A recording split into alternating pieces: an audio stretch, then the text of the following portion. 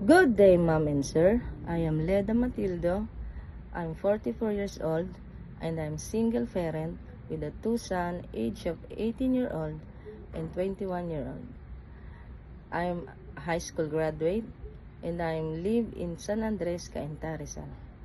I was worked before in Riyadh 6 years as a nanny and household helper. I served 6 members of the family with 4 kids, age of 1-year-old, 4-year-old, 6 years old, and 8 years old with a working couple. I also worked in Jeddah 2 years as a nanny and household helper. I served 4 members of the family with the 2 kids, age of 1-year-old and 5 years old, and the working couple.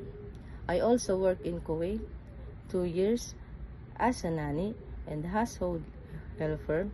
I served 5 members of the family with 2 daughters, 2 sons, and a single mom.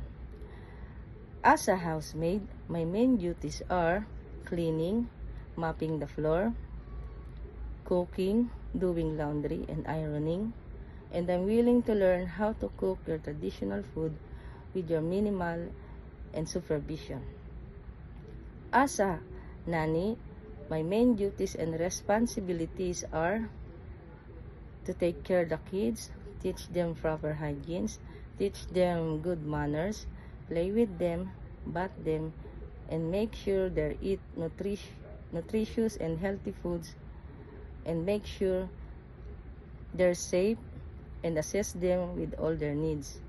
Thank you, Mom and Sir, for taking time to watch my true video, and I hope you would give me a chance to be a part of your family as my employee. I'm trusty, hardworking, flexible, and dedicated to my job. Thank you.